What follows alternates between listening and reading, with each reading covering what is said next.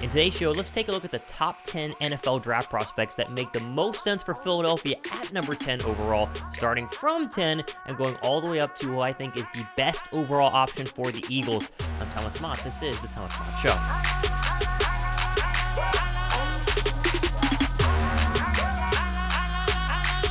What's up, guys? Thomas Mott here. Welcome to the Thomas Mott Show on a Wednesday. Philadelphia is less than a month away from taking the number 10 overall draft pick and turning it into the next great Eagle player. At least that's the hope. And so I'm going to jump in and show you the 10 most likely options for Philadelphia at number 10, going from 10 all the way to number 1. I have some honorable mentions as well, so go ahead and thumbs up for the fact that we are almost to draft month, as it is March 29th. Beginning of April means we are officially in draft mode. First, though, we're going to be having a Wednesday link live tonight. Myself, Josh Davis, every single Wednesday night, 7 p.m. Eastern time, breaking this down and a lot more. Don't miss out. Be sure to join us, subscribe, notification bell, 7 p.m. Eastern. Don't be late tonight. We're going to get more entries into our jersey giveaway as well. Okay, I thought I'd start with the honorable mentions, the people who could technically be drafted by the Eagles at number 10, but it's very, very unlikely. They didn't make my top 10. I'd be shocked if any of these 5 players were taken by Philadelphia anywhere besides 10. Now, they could trade back and take one of these players, but it doesn't make a lot of sense. Your honorable mentions are 2 wide receivers. One, Quentin Johnston, the wide receiver out of TCU, who would be great if you needed a wide receiver. In Philadelphia, they've shown they don't need a wide receiver. Had options to go ahead and trade Quez Watkins, had options to re-sign somebody as a new number 3 wide receiver. They haven't done it, so both Quentin Johnston and Jackson Smith-Njigba are kind of out. I just don't see it happening. Smith-Njigba might be the next great receiver in the National Football League. He is really, really, really good. I know the injury was obviously an issue last year, but in terms of Philadelphia at 10, it just doesn't make a lot of sense, and so obviously we move on. Got to mention Peter Skoronski, who was mocked to Philadelphia, and I think it was it Mel Kiper's most recent mock draft? I think it was Kiper. McShay mocked Bijan Robinson, more on him in a little bit. But Skoronski was mocked as the one offensive lineman to Philadelphia at number 10. And obviously Howie Roseman likes his offensive lineman. But number 10 for a tackle who wouldn't even start. I know he's played a little bit of guard, but really, come on. Cam Jurgens is going to be the starting right guard of the Eagles. It just would be an absolute shock and doesn't make a lot of sense for me at all. Next is Luke Van Ness, the pass rusher out of Iowa, or Lucas Van Ness, the pass rusher out of Iowa. I think he's really good, but for number 10, it doesn't make a lot of sense. I think Philadelphia would take him if they moved back to, say, 16, or they moved up from 30 to 21. I just don't see Philadelphia spending the 10th overall draft pick on maybe the 4th best pass rusher in this draft, the 5th best pass rusher in this draft. He's an option. Again, I've seen him on mock drafts, but for my big board, I don't think he makes it. I don't think he's really better than the 10 guys I'm going to show or put in front who make more sense for Philadelphia. Finally, in our audible mentions, Joey Porter Jr. Joey Porter Jr.'s draft stock has fallen a little bit, especially by people in Philadelphia. Obviously, cornerbacks are not necessarily a need by the Eagles anymore. There are some on my top 10 big board, but you'd rather take those guys, Devin Witherspoon and Christian Gonzalez, than Joey Porter Jr., and so he's on the outside looking in. Again, if he were to fall, maybe at 30, if he were to really fall, but I doubt that happens, and so we'll be surprised if that makes any sense. Okay, so we're going to go from 10 and go from inside the top 10 to number 1 here in just 1 second. First, though, I want to mention the inverted Philly hats. Obviously, they went live 2 days ago. The orders are starting to ship, and so you should be getting your order confirmation here pretty soon, or your shipping confirmation, and these are going to be showing up in the next couple of days, maybe early next week as well, is what I'm being told in terms of shipping. If you're not picked one up, again, PhillyInverted.com, link down below in the description box. You see it on your screen. It is my new clothing and apparel company. Really cool stuff coming up with this, and these are selling like crazy. I cannot believe how many we've sold the first couple of days. If you've not picked one up yet, the promo code Mott10 is in effect until the end of today, so jump in on this. Link is down below. But if you've ordered one, I want you to go ahead and follow the Instagram account. I'd really appreciate you following Philly Inverted on Instagram. You see it on your screen right now. If we get 50 followers by the end of today's show on the Instagram account, that would be absolutely incredible to help continue to grow the brand. So follow the Instagram account and pick one up right now at PhillyInverted.com. All the links are down below right now. Okay, number 10, Calijah Kancey. Now, Calijah Kancey is a great player, and I honestly want him to be a Philadelphia Eagle, but I just think taking him at 10, and that's the focus of today's show, is a little bit too high. I think Kancey is a mid to late first-round draft pick. He's not the best defensive tackle, according to multiple reporters in this draft, and I think he's going to fall a little bit. Now, will he be there at 30 like every Eagle fan wants? Probably not. I think the perfect draft scenario is you take Bijan Robinson at 10 and Kancey at 30, and every single Eagle fan will rejoice in unison and crown Howie Roseman the greatest GM in the history of GMs. However, Bijan is going to be there at number 10 most likely. Kancey at 30, very unlikely. And so obviously you put him here as a possibility at number 10 if Howie Roseman were to fall in love and if Howie were to really feel like defensive lineman is the biggest need of the Philadelphia Eagles, which it might still be, but I think there are better defensive linemen ahead of Kancey, and we'll talk about those coming up here in just one second. But Kancey comes in at 10 because, again, this is a list of who I think they should take at number 10 and who I think they will take combined into one. And so Kancey falls a little bit further than you would like, but he still is an option. I think a lot of you guys will agree with that coming in at number 10. Coming in at number 9 is safety Brian Branch out of Alabama. Now, Branch is still a real play, really in play at number 9, but I think the Terrell Edmunds signing kind of took him away. Branch would have been in the top 5 had they not signed Terrell Edmunds just based on need, but they seem very confident, especially at the NFL annual meetings the past couple of days in both Reed Blankenship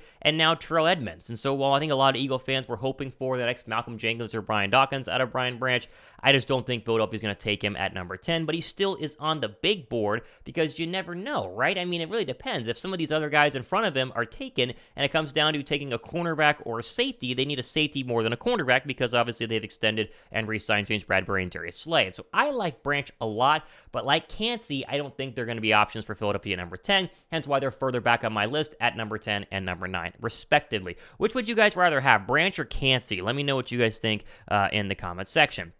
Next here is Brian Bresee, the defensive lineman out of Clemson, who doesn't get as much love. He's kind of been overshadowed by the Canceys of the world and the Jalen Carters of the world. He's still a very good interior defensive lineman and was once considered the best defensive lineman in the NFL draft before Jalen Carter had an absolutely incredible year this past season. He's a lot more likely at number 10 than he is at number 30, hence why he's ahead of Kancey, because Kancey's been mocked further back, whereas Bresee's been mocked more to the middle of the first round. And so if you were to not have any of the other options you want on the defensive line available at 10, Philadelphia could easily grab him and, spin it to make it seem like a confident draft pick. Now, it's not the sexiest of draft picks. I think Eagle fans would rather have Kancey, but I think internally, the Eagles think Brian Bresee is a little bit better if I had to put my money or guess on that one.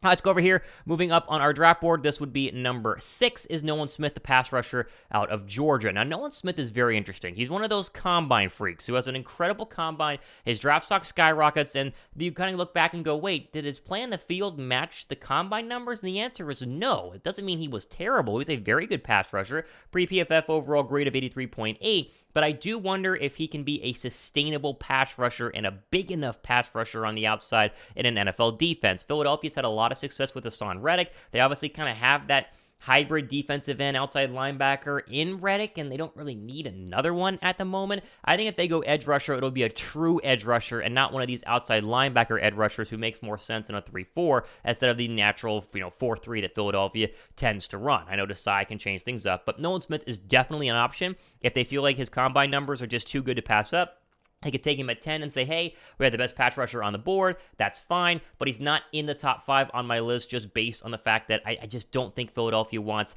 this hybrid pass rusher, more of an outside linebacker pass rusher, because they have one in Reddick, and they've already tried to work to get him to make more sense in the base 4-3 defense. Now, going into the top 6, or I should say this is number 6, is Myles Murphy, the pass rusher out of Clemson. Again, Murphy is not getting a lot of love right now. There are people who like Tyree Wilson a lot more, including myself, or maybe Nolan Smith is getting a lot more hype based on his combine numbers. Murphy is still very, very good, and he has the size that you want in a defensive lineman or a pass rusher. 6'5", 258 pounds. He, to me, would be a prototypical pass rusher in the, Josh Sweat type category, although he's a little bit bigger than Josh Sweat. And with Brandon Graham, yes, coming back, but only on one final year and really one final deal before he goes ahead and retires, I think Murphy is a real option for the Eagles at number 10. Again, he's not inside of the top 5. I think that there are better overall players. And again, Philadelphia has to figure out if they want to go for position of need or best available. But if they want to go best position of need in terms of pass rusher, and Tyree Wilson is no longer there, and obviously Will Anderson is gone, I think Murphy is probably number 3 if you were to ask all the GMs around the National Football League. So that is my top the 10 through 5. Kancey, then Branch, then Bresee, then Nolan Smith, and then Myles Murphy from 10 down to 6. Let me know what you guys think of that, and if you would re-rank them, give me your thoughts on how that goes. Okay, going into the top 5. I think Devin Witherspoon comes in at number 5. Now, I do think the likelihood of taking a cornerback, as I mentioned when we talked about Joey Porter Jr., is low, and it's probably not going to happen. But again, if you want to go best player available and you're sitting there at 10, Witherspoon might be the best player available. And if you don't feel confident in James Bradberry or Darius Slay being long-term answers, although I do, but more terms of Darius Slay the next 2 years, then you could take a really good cornerback and work him onto the football field with 3 cornerback looks. You can use him in nickel situations. You can move somebody back to safety. You could find ways to get him on the football field. Now, he's better than the previous 5 players I mentioned, but he's less likely, and so it was a hard time putting him in at number 5, but I think it makes sense just because of how good he is. The same goes for number 4 and Christian Gonzalez. I think Gonzalez is the best cornerback in this draft. I flip-flop from Witherspoon over to Gonzalez based on film I'm watching. He just has a little bit more instinct for the football field and has a lot more nose for the ball itself, and the 4.38 combine speed is really hard to overlook for a guy at 6'1", 197. Again, I keep saying this, the odds of Philadelphia taking a cornerback to me are very slim, but I do think if they were going to take one, Gonzalez would A, be there, and 2, be the best option for Philadelphia. Okay, let's get into our top 3. And these are the 3 most likely players, in my opinion, from 3 down to 1 that Philadelphia wants and or will take. Number 3 is Bijan Robinson. You can't put Bijan at 1. Let's just be real. You can't put Bijan at 1 on this list, even though we all want to. There's a massive movement in the Eagle content creator community to go ahead and draft Bijan Robinson. Josh Davis, the Philly Special Show, who's going to be obviously hosting tonight with myself, as we always do, he met Bijan and has fallen in love based on how physical he looks. I mean, 5'11", 215 doesn't do him justice. You got to see him in person to really understand just how big this guy is. He's thick, he's powerful, the tree trunk legs, 4.46 speed. I mean, everything you want in a running back. And naturally, Eagle fans, including myself, feel pretty good about taking him at number 10. But you got to remember, this list is not my wish list. It's my wish list combined with what I think the Eagles will do. And I still have a hard time believing that you're going to see Howie Roseman draft a running back at number 10. And so while I think that might be changing this draft, just based on the fact that, I don't know, they could use a running back and they feel pretty confident in the overall roster. And can you imagine Hurts and Bijan Robinson together? I put him at 3. That's still very, very high, but it's not 2. And obviously it is not 1. At number 2, we have Jalen Carter. I think if Jalen Carter had 0 off-the-field issues, he would be number 1 on this list. And honestly, being number 2 might surprise a lot of you. But I think Jalen Carter is still a player. He's still a beast. He's the best physical talent in the entire defensive draft class in this year's draft class, and maybe last year's draft class. He's the Chase Young of this draft. He's the best player available overall, in my opinion. I think he's better than Will Anderson. Will Anderson is not on this list, though, because Will Anderson is going to go inside the top 5. Not realistic. Carter is going to fall. The question is, how far will he fall? And the question is, do you believe he was worth falling, right? Do you believe the off-the-field issues are an issue, or was it just kind of a situation he found himself in, and the whole racing incident, and, so on and so forth? You can read about it online. I think Carter's a great player, but it all depends on what Howie Roseman thinks of Jalen Carter. If Howie Roseman thinks he can get the most out of Jalen Carter's a lock at 10. Over Bijan Robinson, over Christian Gonzalez, over anybody else on this list. But if Howie doesn't believe in Jalen Carter, then he's not even going to come close to this list. He's better off being number 15 or 16. And so I think he's still high up on the Eagles draft board. They did have him in for an official visit, top 30 visit at Philadelphia, Lincoln Financial, or I should say the NovaCare Complex. I couldn't put him at number 1, but he is very high. I know there's off-the-field worries, but I do think Philadelphia is high on Jalen Carter. He's exactly what they want in this draft, a superstar defensive lineman to be the future alongside his former Georgia teammate in Jordan Davis. Now, guess for number 1 before we do it. Guess down below. Any idea? It's Tyree Wilson, the edge rusher out of Texas Tech. He's the best pass rusher in this draft. I know Will Anderson gets a lot of love. I think that Will Anderson maybe is kind of 1B to Tyree Wilson, maybe 1A. You can make an argument there, but this guy is a physical freak, and he is going to wreak havoc on defensive ends and right tackles for a very, very long time. I think if he is available out of all the 15 players I just showed you, the Eagles would take him over everybody else. 100%. They would take a pass rusher, a defensive end, a true defensive end over everybody else. Now, I left Will Anderson off, again, because I don't think he'll be inside taken. I don't think he will. I do think he'll be taken inside the top 5. Now, Wilson probably goes inside the top 7, but if he were to fall to 10, the Eagles will take him over Bijan Robinson and over Jalen Carter, and you got to feel very confident that that would be true. Now, he is, to me, a little bit unproven in the fact he comes from Texas Tech, but you put the film on with this guy, and it's like, physical freak. I talked to an NFL scout recently, And I asked him who might be the best player in this draft. He said Tyree Wilson. He said that he has not seen an edge rusher like Tyree Wilson because